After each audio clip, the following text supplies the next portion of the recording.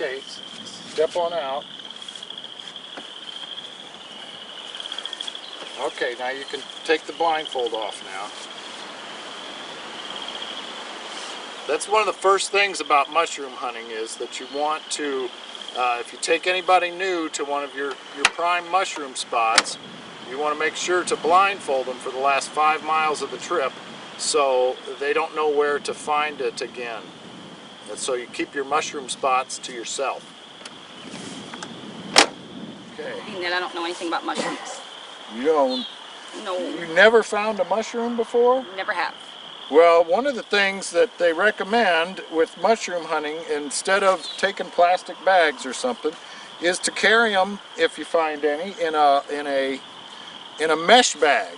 And this allows, when you put your mushrooms in there, there's the morel mushroom is a fungus, and funguses, or their seeds are actually spores, tiny little pieces of the mushroom. So you put your mushrooms in there, and as you're carrying that bag around, you're actually seeding it for next year or the year after that. So a mesh bag is nice.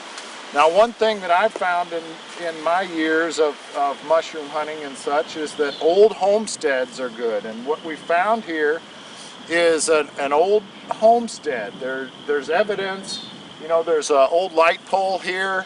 There's different evidence that this used to be a home. And one of the reasons of that is that people that went out and they found mushrooms, and then they brought them home and they soaked them in water, and then they dumped the water out the back porch if they were smart, because again, the spores, they're seeding it. So that's a good potential place. So I think this might be a place. Another thing is there's a maple tree. That's something that's good. Cottonwood trees, elm trees, dead wood from elms and cottonwoods is another good thing. So, and then it's just putting the miles under your boots and covering some ground and finding them. So you just give it some clues now on where we are. Yeah.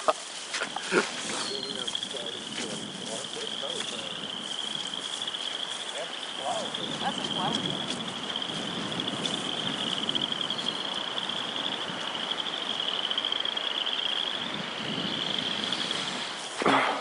So another thing is all this grass, this thick grass, this is not a good place, and usually, you know, so we probably want to get back in here under the trees is where we have a better chance of finding some.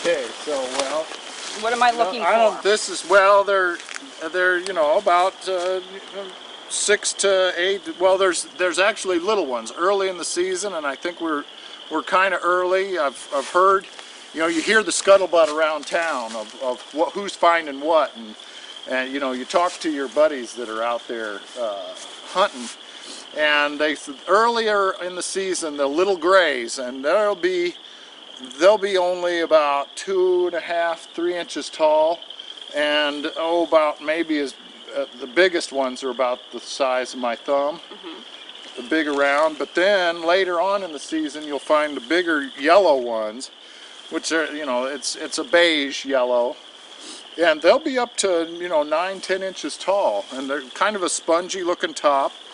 And well, this is a lot of oak leaf litter here. I've never really thought that oak was a great place, so we'll keep on getting down in the woods here and see what we see.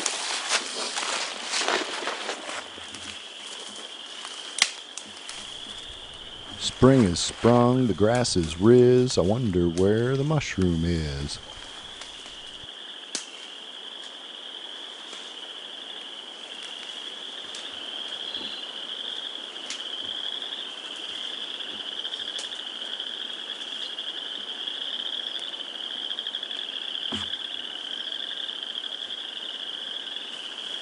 I think I see one. No, really? Yup.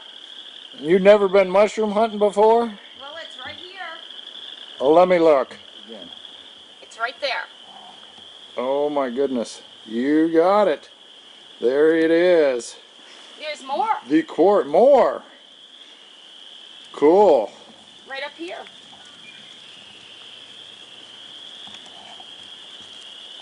So now why do they call it mushroom hunting? Mushroom hunting, well, they don't just fall in your lap, do they? Oh, I found one here. Look at that. So now how you... You just pinch them. You just grab it at the base and pinch them. It's better not to pull them, I've heard, because you're leaving a little bit of that stem in the ground there, and that'll seed it for next year. And maybe you'll find some more here next year. Well, I don't know where I am. Well, maybe I'll find some here next year. Or maybe we'll find some.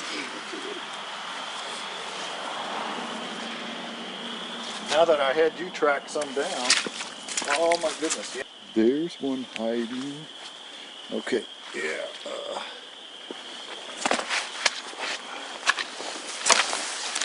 Oh yeah, that's a nice one. And when you find one, be careful and look around, because that's where you're going to find, you'll usually find them in kind of patches of several. You got one right there. Where is it? It's hiding. Did you get it? Nope. Oh. Ooh, that's kind of a big one. Yeah, or even take a... See, now that's just emerging. That'll grow, that's curving, and it'll fill out and grow like that one full. So that's a young one. See, what you could even do is crush up these bases and scatter them about. Ooh, there's a big one. Ooh, yeah.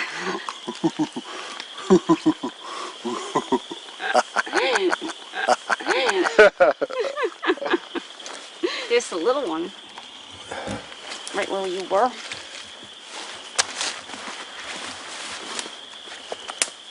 Oh, there's a bunch. Yeah.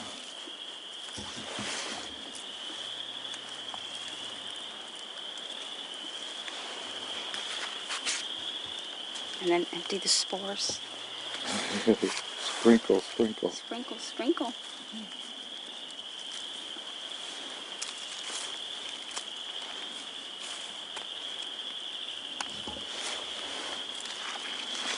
Gonna be any more? Yes. Oh, there's...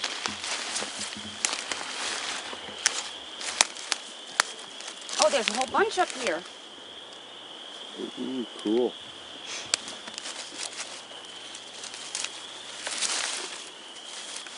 Oh, yeah. Gee, I almost stepped on one.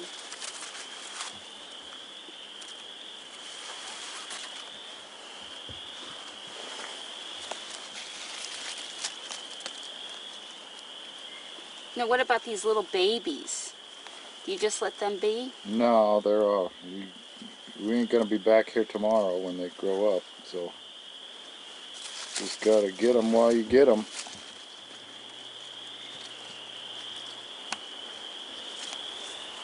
The babies are kind of mushy. Oh, maybe it's shrunk already. Oh.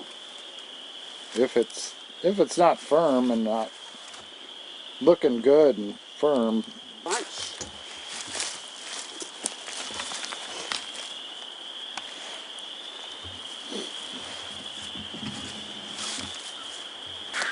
So you're gonna show me how to cook them? Sure.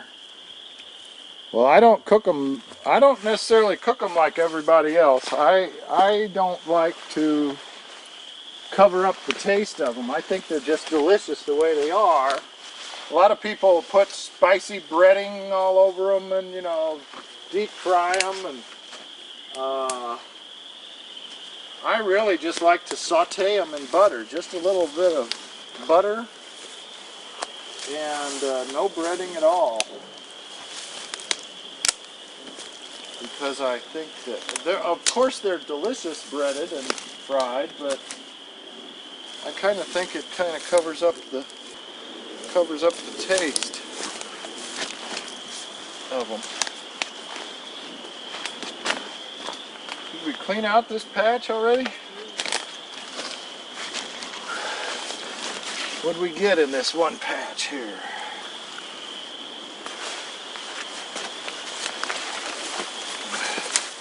Oh yeah. So if there's like one patch, does that mean there'll be more patches somewhere else? Yeah, we'll keep on going and see if we can't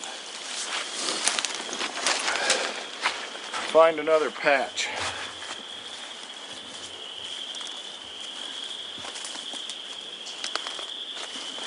And now what kind of trees do we have up above our head? Now that looks like a dead elm right there. That tree there is dead. It's got fungus growing way up on top, so it's been dropping leaves here, and I think that is an elm right there. Let's take a close-up of the bark, what that bark looks like. And that there's an elm. So there's one of the things that's mushroom hunting 101 is dead elm trees.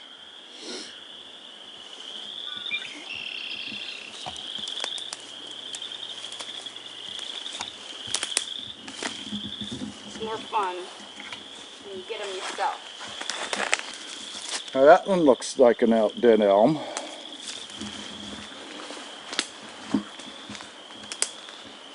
I'd say.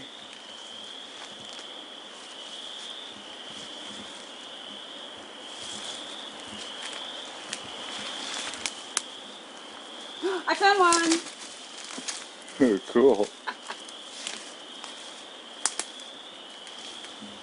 Yeah, that one's more of a gray color, isn't it? Mm-hmm. So is that okay?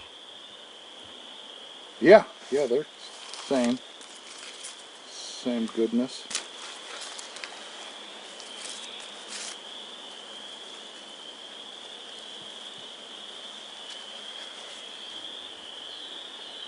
One? I know, I'm looking. One is all you're going to find?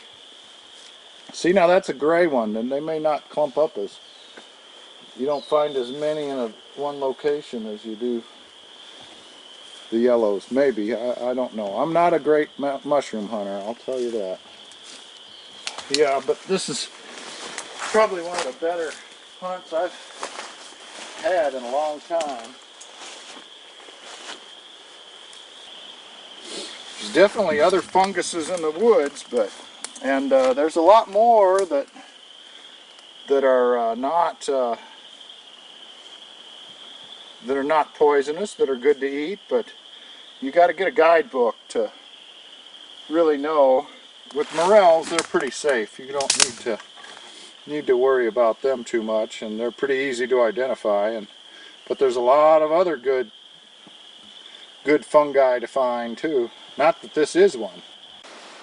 Here's some wild strawberry. I've seen that a lot when I've been mushroom hunting in the woods, but I've always wanted to go back later and see if there's they actually grow any little strawberries that would be edible.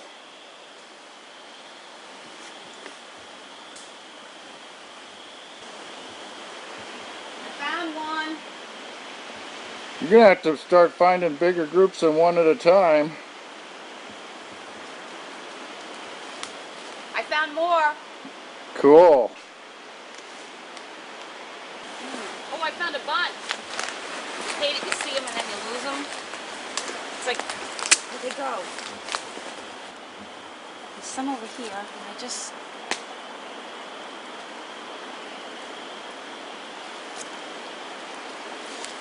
Another dead elm right here behind me. There's a lot of dead elms in here. That's probably why we're stumbled upon a pretty good spot. Well, that's a little one.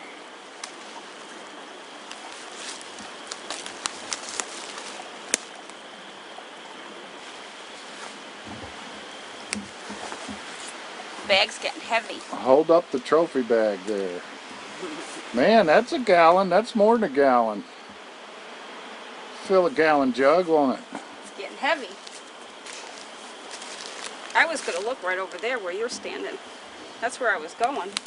Well, it looks good over here. One thing too, I think if you came back in a week, you might find more that have popped up in the same location. Not at the same places you picked them, but in the same general area, since there's some here. And there's a lot more dead elms than there are mushrooms. We could maybe find some more in a week or so.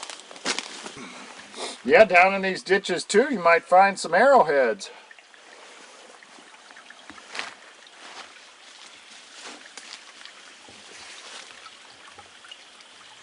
These are called May-apples.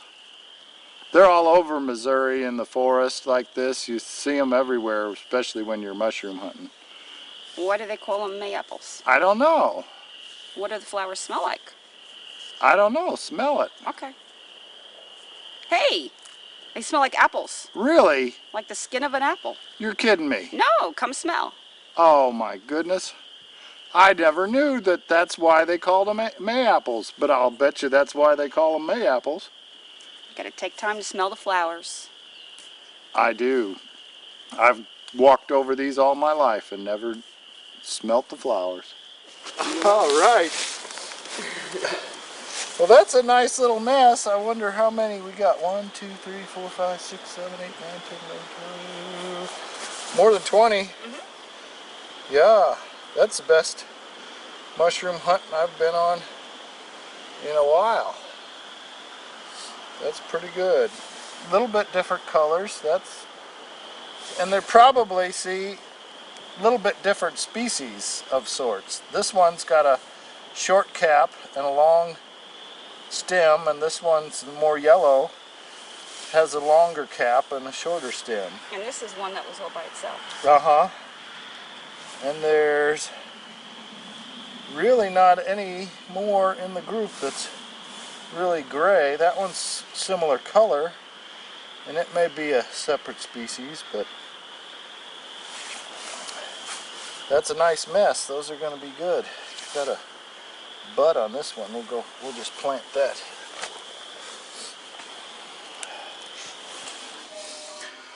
Okay, so we got our mushrooms home, and what I do usually is just kind of cut them in half, and that kind of lets them open up, because sometimes some bugs or snails can get inside them, and these are real fresh ones, so we don't need to worry about that. And then I'll just kind of soak them in water and rinse them, clean the dirt off of them, and that's about it as far as preparation and cleaning of them from the field. These are nice and firm. Nice ones. This one might have been a little old. I mean, soaking is nice, you know, it kind of loosens up the dirt, but you really almost need to handle them individually and kind of rinse off any specks of mud or dirt that you find as you do that, or any brown, darker brown places. And that one right there is all brown inside. Probably could throw that out. Better to go take that back to the forest and seed the forest with it. And any muddy butts on the bottoms of those. So I just kind of rinse them and try to shake out as much water as I can, because we don't need our mushrooms to be watery when we cook them. Now the way I like to do them here is just plain, and I've got what I've got here is just a little butter, about a half a stick of butter, just warmed up there, and I'm going to add about 1/3 cup of white wine there, and I just lay them out in one layer and just kind of saute them, just you know, and this gives you really the true flavor of the mushrooms themselves. It's a great way to do it with to serve like as a with meat. A little deer meat would be good with that. A little wild turkey, especially this time of year, would be good. You could probably saute your some white meat wild turkey right in there with the thing too. And we just kind of get them on, you know, medium-high heat and lay them out there, and they'll shrink a little bit as they cook. But just one layer in there, and we'll flip them after they get it. Maybe want a little bit of the universal seasonings, a little salt and pepper.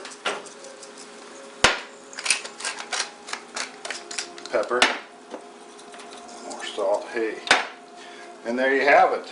That's one basic way to cook them, and let you, especially since Amanda hasn't hardly ever tried them. It's a good thing to maybe, you know, get the true flavor, unencumbered by any over frying or breading mix that you might put on those.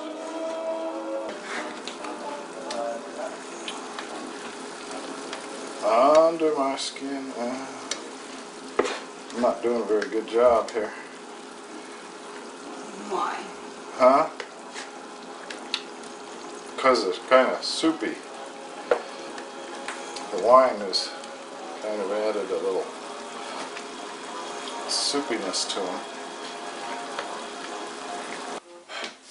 Alright, so you're ready to try one of these. This is just butter sauteed. And they're kind of loose, you know, but it's really something to maybe complement a meat or something. Okay. Give it a try. Get a big one. Oh yeah. It's good.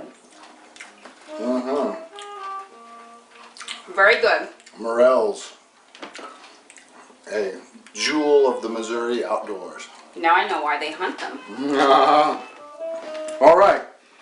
Next, we're gonna try some breaded.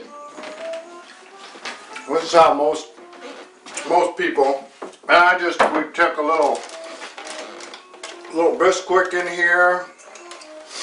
That makes a good breading, or flour if you prefer. Now we're gonna put some fresh ground pepper in there. I've got my grinder set on coarse. Get that in there. We want some flavor in there. A little paprika. A little bit of garlic salt. You can never go wrong with that, huh?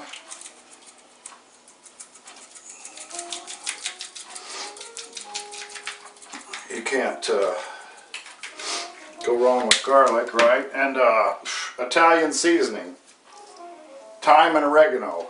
Yeah, you can't go wrong with that either. That can go in anything. And so we just kind of get the spices mixed up in that Bisquick. Try to knock the lumps out of.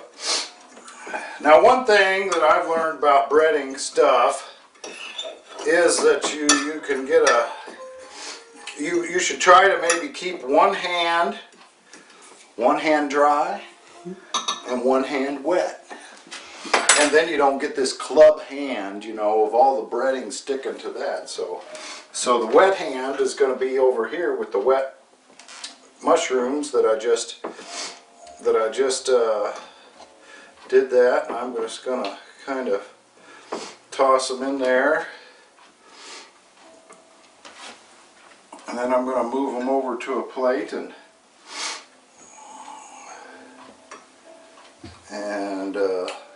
get them ready. We've got some oil over there getting all ready. Don't get confused, just one hand. One hand wet, one hand dry. So we're getting the last couple of these with good seasoned breading on there. And then we're going to put them in the frying pan. You betcha.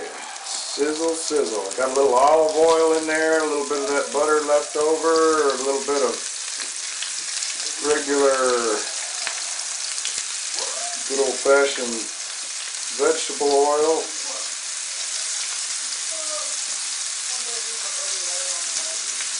These. Of course, you want to stay with one layer on those. Don't want to pile your frying up too deep, because that's no good.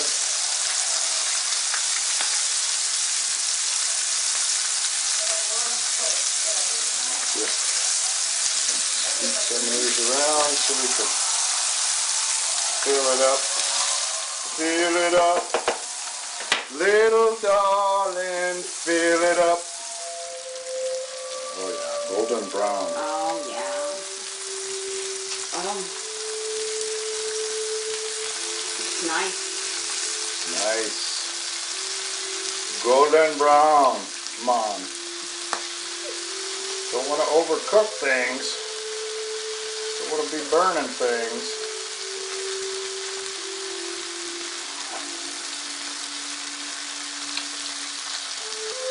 Special.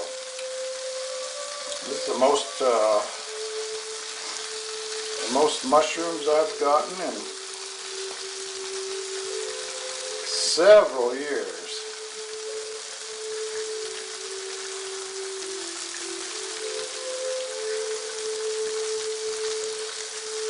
Amanda was a lucky charm in the mushroom hunt. I don't know how you can make those look terribly attractive, but maybe in some way they do. They look like tripe. Little bitty, this is squirrel stomach. Oh, jeez. Looks like little tripe. Oy. These are a few extras, and we're going to share the harvest a little bit here. We'll pass these on to less fortunate mushroom hunters. We won't name names. The bidding starts at $100. Hey, but to get for it. Mmm. Is that the first fried one you tried? Yeah. Could dip them in ranch. Good. Oh, they're good. I like them.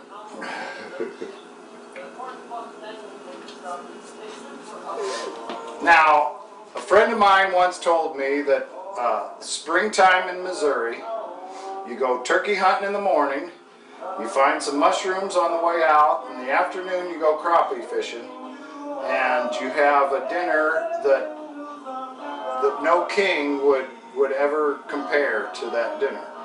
Well, we got mushrooms tonight, and we got a good chicken, and we got some beautiful broccoli, some wonderful lilacs from the yard, and some Merlot. And this is pretty darn good. But the mushrooms is a jewel from the Missouri woods, and it'll be a great thing. It's a meal fit for a king. Fit for a king, you bet. Let's do it. Betcha.